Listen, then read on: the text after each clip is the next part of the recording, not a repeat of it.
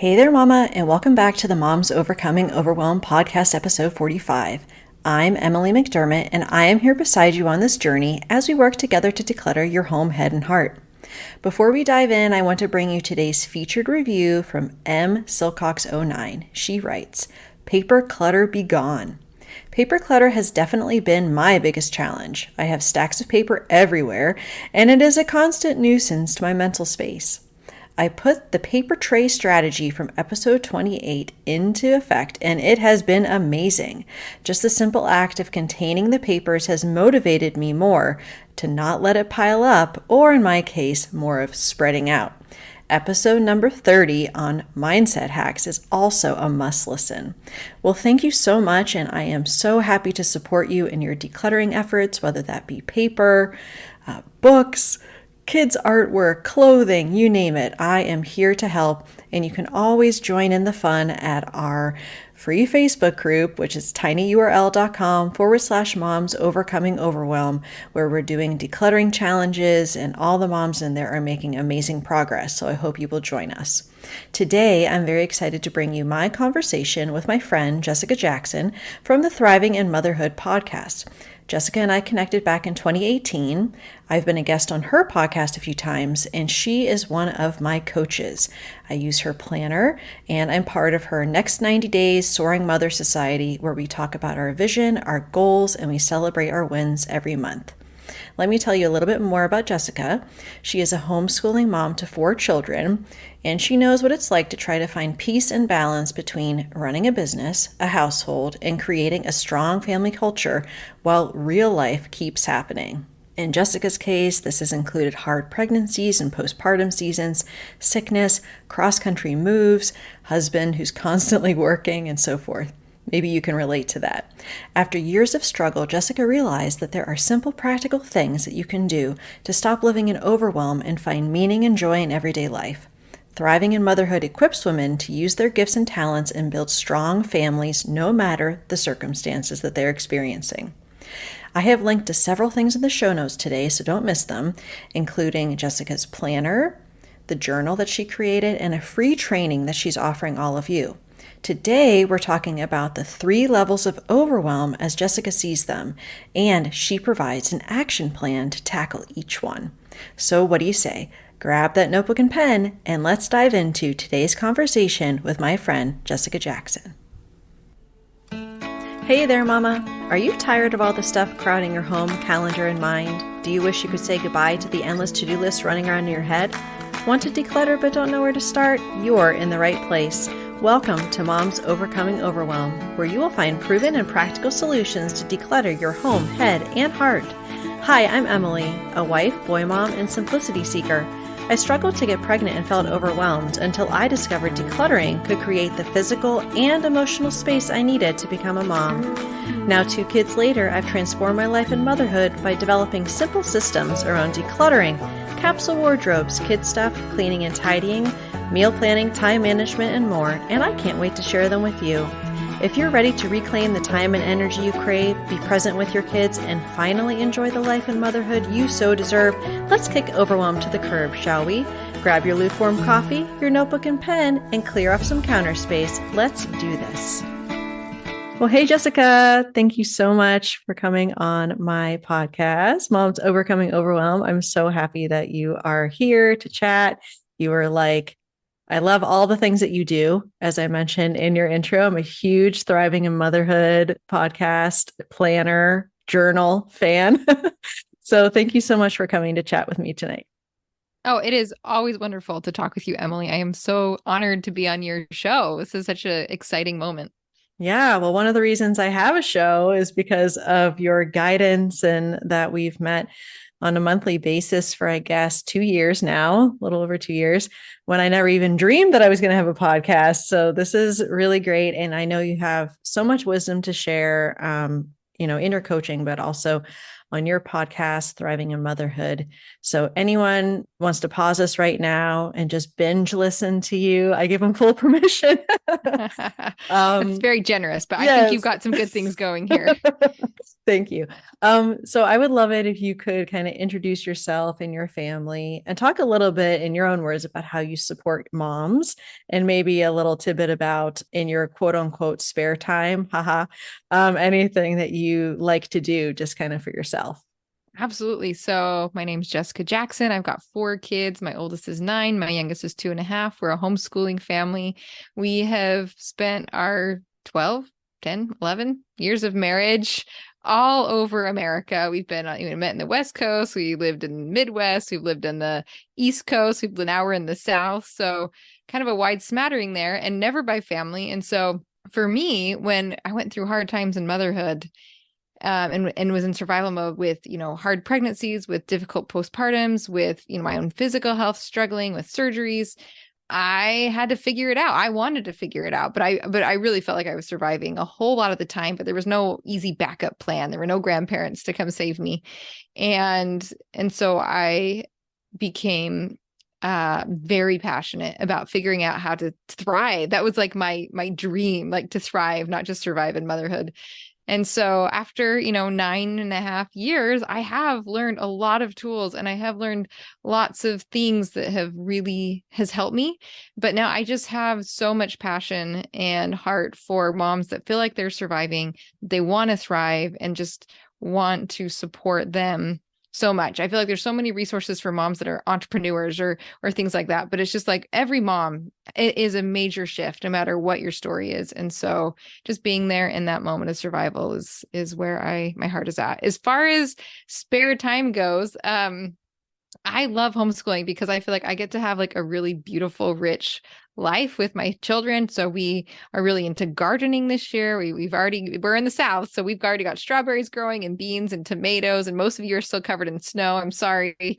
And we go on walks and bike rides every day, and music is a huge part of our life. So all of my kids now I've got kids playing piano and violin, which means I get to play with them, and it is so fun. So reading lots of books. I'm a homeschooler. We read tons of books. That's kind of my life. And then I podcast and have, a business that I do in my, 4, 5, 6 a.m. moments. And yeah, we just have lots of fun. Oh, that's awesome. And you are probably one of the most proactive people that I have ever met in my life because I think in my motherhood journey, I've had a lot of the victim mentality and just oh my gosh, why is this happening to me? And it's not that I'm saying you've never had those thoughts in your life, but it's more that you have found a way to seek out tools and information and resources to be able to figure out, okay, why am I thinking this? Why am I feeling this way? What can I do about it? And I just really admire that. I feel like some of the things that you've taught me are to celebrate the wins, no matter how small, and also recognizing when our thoughts are these cognitive distortions, which I know we are going to talk a little bit about. So I'm just really grateful for the wisdom that you have gained over all of these years of motherhood. And I know there are probably several examples of when you have felt overwhelmed in your motherhood, but if maybe you could give one example of when you really felt like you were so overwhelmed that you knew something needed to change in your motherhood, and then you were able to little by little figure out some of those tools and resources to create those systems and the processes that you needed to kind of pull yourself out of that. So can you talk a little bit about that, please? Yeah, I'll talk about the moment when we met and we connected, because it was when I was at my hardest point, which was in 2018. I had 3 kids at that time. My youngest was 1, oldest was 5, maybe just turned 5. Yeah, just turned 5. And we had just moved across the country. My husband was finishing his dissertation starting a new job. While looking for a new job, we knew this was going to be a very like less than a year position. I loved that place though. It totally stole my heart, and the people there were wonderful. But you would look at us and say, well, you're super high functioning. But the reality is like the last year and a half had really ground me down with a hard pregnancy, and we had kind of landed, and my husband was completely occupied with his job and trying to, get his bearings with grad school wrapping up and starting up and applying for new jobs and doing this new position. And so I was in a spot where I felt overwhelmed by my home. I felt overwhelmed by just the day-to-day caretaking of 3 little kids under 5. I don't know if there was a harder physical season for me when I had the 3, 5, and under.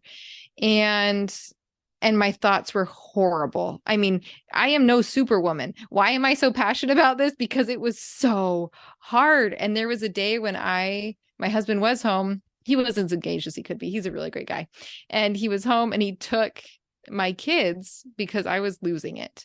And he left and I curled up on a ball on the floor and cried and and it was the first time I'd had like truly scary thoughts and wasn't sure if something was wrong with me. And because at that point, I mean, you hear about mental health, but there was still, I'd even say 5 years ago, there's a pretty big stigma around it. And I had the thought to call a friend, and she said, Jessica, I have bad thoughts. And she is someone that had shared with me her journey with postpartum depression that had spiraled and had never gone away. And so she had been very open with me about her struggles for 5, 6 years. And she said, I have bad thoughts knocking at my door all day long, but that doesn't mean I have to open it up, welcome them to the table, and have them sit down and stay for dinner. And for me, that moment was so pivotal because that's when I realized like I could choose. And I didn't have to stay here. Now, did I go to therapy? Yes. Did I learn more skills from there? Yes. And I went for probably 2 months, and that was enough for me to start to understand my thoughts. I don't have to believe my thoughts. I get to examine them. I get to realize, are they distortions? Are they not? Is there a different way that I can look at the situation? And that was really empowering for me. And I would say, is it important to cover your house? Absolutely. That's how we connected. You were on Joshua Becker's like email thread for minimalism and had written an article. I don't even remember what it was about. It was about like was maybe living your legacy. See, Yeah. I do remember what it was about.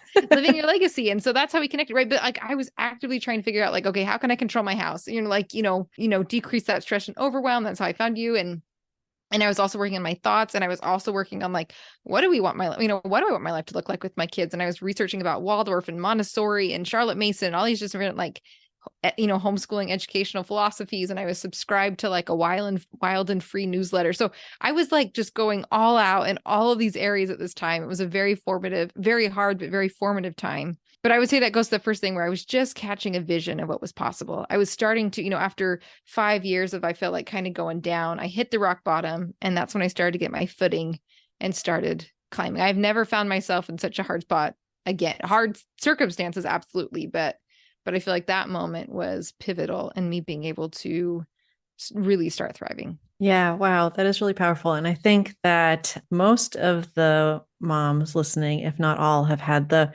curl up in a ball on the floor situation more than once. But yeah, it does get a little concerning when you have some of those thoughts and you're recognizing them. It's kind of like that red flag. And that's happened to me also, where it's like, okay, do I actually believe this? Because if you feel like you don't have a choice and you feel like you are sort of a victim to whatever is going on, it just does make it so much harder to feel like it's ever anything that you can overcome. You kind of feel like, well, this is just how motherhood is, right?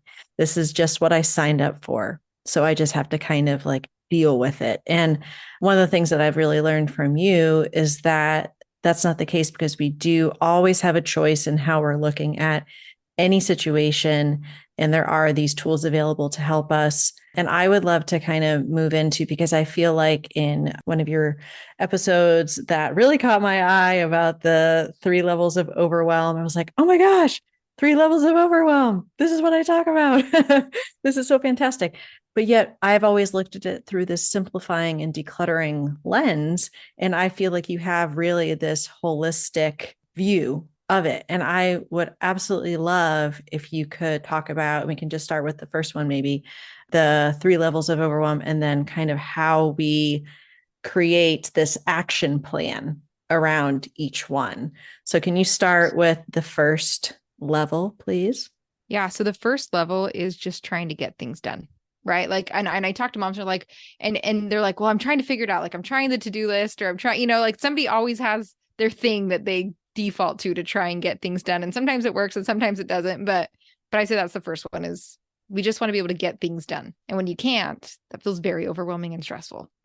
And I know that your planner, shout out to the Thriving and Motherhood planner, has been really a godsend to me, because I can always go back to that. And this idea that you have about context-based to-dos, which actually, if you don't mind, just kind of briefly, if you could explain what that is, because I think that's really powerful. For example, to look at a sink of dirty dishes and realize, like, I don't have to take care of that right now, because right now I'm in this different context of where I'm doing emails on my computer, and that's where I'm focusing right now. And I know everything I need to do. So can you talk a little bit about those context-based to-dos? Because when you feel like you want to get things done, but you're running around every which way, I feel like that's a really powerful tool to help. Yeah. So I'd say framing all of this is I do start with a clear vision. So I get very clear about what I want to do. So it's not just like, and the reason why that matters is because even when we take a to-do list, or even this context-based to-do list, it's not everything I ever dreamed of doing that's on this list. It's a very like finite list of things for the week. So having said that, so basically, instead of having one long list where you are then trying to make a decision, and spending a lot of time and energy scrolling that list, trying to figure out what the right thing is to do at this moment, and then the moment's passed, we instead break them up into, and this is something I got from April Perry's, where I heard it from. I think it's in like a couple of books as well that are about productivity. I'm probably where she got it from, but home, computer, phone, like you're calling someone. This is like back before smartphones started. Okay. But I still find it helpful. So home, computer, phone, to discuss, and errands. And so basically, if I've got to go to the library this week, I'm putting it under errands. If I need to go pick up a prescription from the doctors, it's going under errands. If I need to call a doctor, it's going to go under phone. If I need to help my kids clean out their closet, that's under home. And then when I have a moment during the day, like you were saying, like instead of washing the dirty dishes in the sink when the kids are playing really well, I'm going to make a phone call because it's quiet in the house. Definitely. And the other thing that I appreciate is this getting things done in small pockets of time. And that's something I've really learned from you too, because I'll think to myself, the funny thing is when we realize that we have 5 or 10 minutes, and I don't know about anyone else, but I kind of freeze and I'm like, wait a minute. Is this real? Is this happening? Oh, it is happening. Oh my gosh, what do I do? What do I do? And if we don't actually understand these things that could happen in that small pocket of time, we're going to pick up the phone and we're going to scroll, because of course that's the easiest thing to do. And we'll get that sort of, dopamine reward for doing that in that small pocket. So I really appreciate that aspect of it too, when you're able to capitalize on those small pockets of time. And then you feel that sense of accomplishment too, and that you're using your time well. Anything else about the first pillar that you're not pillar, the first level that you would like to talk about? Yeah, I think just the most important thing is to take that time, and it's okay if it takes a while to slow down and figure out what you really want your life to look like before you start spinning your wheels and filling it up to be busy. It's not just about getting things done. It's about taking time to figure out what are the right things for you. For me, I invite God into the picture, but we don't just want to have busy lives, and we don't want our lives to look like the person next to us. We want to feel very confident that what we're working towards matters. Yeah, always having that clear vision. And I love the time and attention that you put towards that in your planner, and then also your coaching, to always be able to go back to that and say, okay, how is this supporting that overall vision? The second level is kind of more what I thrive in, I guess. Keeping our homes, I'm going to give it away, keeping our homes and our keeping people alive, and all of that. So can you tell me a little bit more about that level of overwhelm? Yeah, well, like you said, this is your area of expertise, which is really fun. But for me, the two things go together. It's the essential and necessary things to keep the household running. And I think my big thing is just go slow and make it stick. And I know there's like all these wonderful like declutter fast challenges, or I don't know, and those are great. And I think there's virtue in building momentum, but I think just recognizing like we overcome this overwhelm. For me, again, this is your expertise, but the way that I have found to be successful for myself is to go slow, to make it stick, and to know I'm playing a really long game, and just choose one little thing to work on until it becomes automatic, and then choose the next little thing to work on until it becomes automatic when it comes to building systems in my home or spaces to declutter. And over time, it makes a huge difference. Where I'm at 3 years ago is not where I'm at today when it comes to our level of house and systems and cleanliness. We just figured out how to get my kids' rooms cleaned and organized for the first time ever, and they can do it themselves. And they've got toys and projects and their favorite things. And we are not minimalists in those bedrooms, but we finally figured out the system. But it took 3 years, or actually my oldest is 9. It took 9 years. But I think the point is like, just be okay with going slow, making it stick, and knowing that there will be this point when you start to see, we call it the ice cube melting, right, Emily, where you start to see the progress pay off into something, and it feels like you're making progress and not that you're just treading water. Yeah, definitely. And I love how you've talked about you want, your home to support you and not that you're having to do all of this to keep the home running. And I think that is so powerful because we do have a tendency to kind of either overcomplicate or think that things have to look a certain way, or we are always in that kind of reactive mode where we're not able to take a moment to say, okay, can I create some sort of system around this so it makes sense? I am a big proponent of having systems around our stuff, and not just like decluttering, although that's important. But, well, it's the first step, right? Yeah, exactly. But if paper comes into your home, where does the paper go? And sometimes people will be like, well, I just kind of throw it on the counter. And I'm like, and then, Yeah.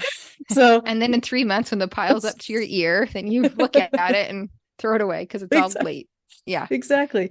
So recognizing, not with judgment, but just saying, okay, yeah, I don't really have a really good system around this. How can I slowly, like you said, slowly, so it sticks, tweak it so you can make some of these changes and be able to create systems that are actually going to support you. And the other thing that you mentioned there was being able to encourage and really help your kids get involved in the process. And that is one thing that I really want to emulate that you do so well, is getting the kids involved in just every aspect of your family life. I was going to say chores, but it's so much more than that. Yeah.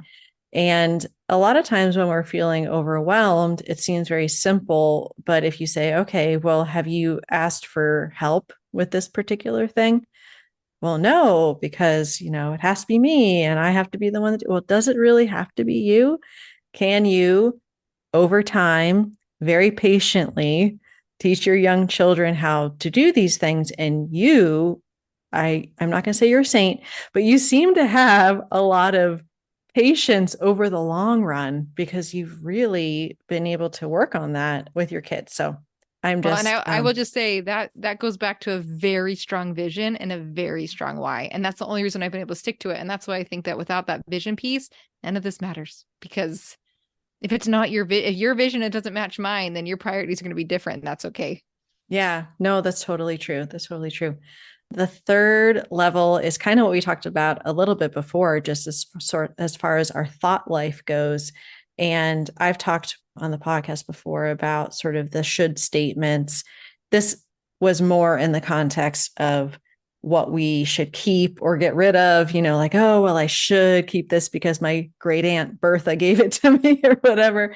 But can you talk a little bit about that level? Because I feel like this is where you've really learned a lot of tools that have helped you when it comes to cognitive distortions and then making some of those mindset shifts when it comes to overwhelm. Yeah. So I'd say there's two things. I'll take you back to 2018. I think the two things that I did at that time that made the biggest difference ever was, first of all, recognizing the thoughts in my head most of the time did start with should statements, actually. Like, oh, I should be washing the dishes. I should be playing on the floor with the kids. I should be part of their pretend play. I should be cleaning the house. And when I recognized that that was a distortion, I started doing this trick of saying, well, I would like to, as a test, and say, I would like to play on the floor with my kids. And then I would be able to say, no, I don't.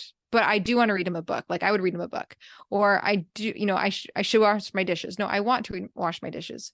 Well, no, but I want the result of having the dishes washed. So I'm going to wash the dishes. But it just kind of put it back from like, there is a moral decision to be made here. And if not, I'm going to feel guilty about not doing the right thing to, I have lots of choices, not two choices. Which choice do I want to make? It's not yes or no. It's a rainbow of options.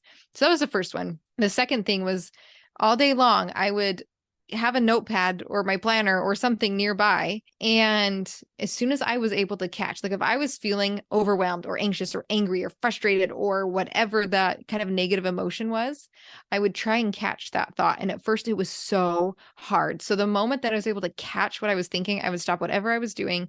I'd write down that thought on a piece of paper and I would go about my day. At the end of the day, if I was like taking a shower or going to sleep or whatever, I would prayerfully think about this thought. And I would say, okay, and for me, I respect everyone's faith belief. So whatever that is for you is great. But for me, I would say like, God, you are the only one that understands my brain and the way that I'm thinking about the situation. Can you help me have a paradigm shift? Can you help me see this differently? And this came from a story. This idea of a paradigm shift comes from 7 Habits of Highly Effective People. And there's a story in that book where this man was sitting on a train and this dad had come in with all of these kids and the kids were jumping all over the subway car or the train. And they were, and this guy was getting really frustrated because the kids were like crazy. And so he was getting ready to speak up and say something to this dad, like, can we help you with these kids? And the dad said, I'm so sorry. I just came from their mother's funeral and I don't know what to do. And all of a sudden, like you're completely like your experience with this person and your compassion and your feelings are totally different. And I realized like that is exactly what I needed in like every area of my life. I needed desperately these paradigm shifts. So as I was able to capture these thoughts slowly over time, and sometimes I'd wrestle with these thoughts for days or weeks or months, but I feel like slowly over time, I was able to change what I was thinking. And not in the, I feel like there's a lot of life coach that are just being like, oh, I need more sleep. Oh, not getting sleep is not a big deal. It's fine. Just tell yourself to believe that thought. This is not what I'm talking about. I'm talking about going like 4 layers deeper than that and getting to the root of like what works for me and my brain and changes things. So one of the ones that I recognized was there was a day when the car had broken, like our car battery would not start. I was babysitting children. I had multiple children now, all under 5. Half of them were crying. I was sitting on the floor trying to read a book. I had to walk them in like 15-degree weather to get to the car shop soon and like meet with the AAA guy. Like it was a crazy day. And I just remember like getting there and getting so worked up and recognizing the thought was, I don't like this. I don't like this. I don't like this. I don't like this over and over in my head. And I realized by saying, I don't like this, I don't like this, I don't like this, I'm implying that there's a choice, like that I don't have to be here. Like there's a way out and I just can get away from this. And I realized, after wrestling, the new thought was, this is exactly where I'm supposed to be. And it didn't make it fun to be there in that situation, but it allowed me to, well, it was way better than telling myself I don't like this. But if it was, I was exactly where I was supposed to be. Now I'm in a place of power. Now I'm in a spot where it's like, okay, well, let's tackle this. Let's put my thinking hat on. Let's problem solve. Let's just not sit here and say, I don't like this, because that didn't help anybody or anything. And it's not making me a proactive parent. It's not helping me empathize with my kids. And it's not helping me like get everybody calmly out the door to walk, a mile to the car place in the snow. So that's just the process, and it's slow, but at this point, like it is so exciting for me. When I get to that point where I'm starting to feel miserable and overwhelmed, and I know it's coming from thinking, now I'm excited because I know, the breakthrough, one step away. I'm one step away from a breakdown. This is what I say. When I'm at a breakdown, I'm one step away from from a breakthrough. And I really hold on to that as hope. So that is what I would offer for the soul pillar. Look for the breakthroughs. Yes. Oh, well, that is so powerful.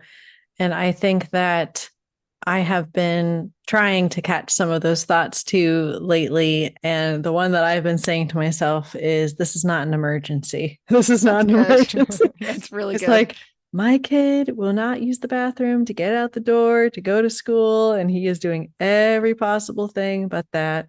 This is not an emergency. Right. Just because I like to be on time, just because I don't want people, quote unquote, judging me for being late to preschool. This is not an emergency. So That's that good. one has like been, that. that has been serving me very well in the season. Okay. I would love if we could take a couple minutes for you to talk about this free resource, this free training. You have a lot of free resources, by the way. So I will link to those. But if you could talk a little bit about this particular one for my listeners, that would be great. And then maybe also the best way to connect with you, because you have blessed, I don't want to get weepy. You have blessed my life so much. And it's just always such a joy connecting with you and our Soaring Mothers group, every month. And anyone that has ears to listen, I just always talk about how wonderful you are. So please, listeners, check out Jessica's podcast and the planner and all the things. But if you could talk a little bit about your resources and where people could connect with you, that would be fantastic.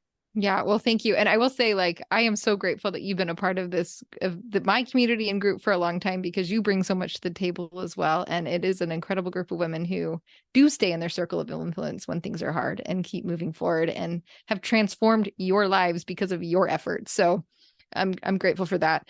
thrivinginmotherhoodpodcast.com/joy specifically will help you get 6 secrets to completely change how you experience motherhood. I've shared one of them tonight, but it's kind of like my toolbox for the soul pillar, if that's something that you're struggling with.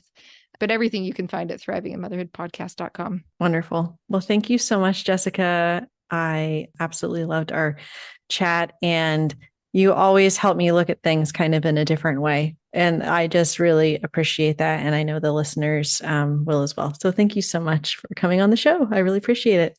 Thank you. It was a delight to be here with you, Emily. If you like today's podcast, here's what you can do. Just take 30 seconds to leave me a review. I know you're a busy mama. You're overwhelmed, in fact. But 30 seconds of your day makes such an impact. I'll be blessed by your words. They'll definitely make my day. And who knows, you might be entered for this month's giveaway. In Apple Podcasts, scroll down to write a review. Thanks so much for your time. I'm so grateful for you.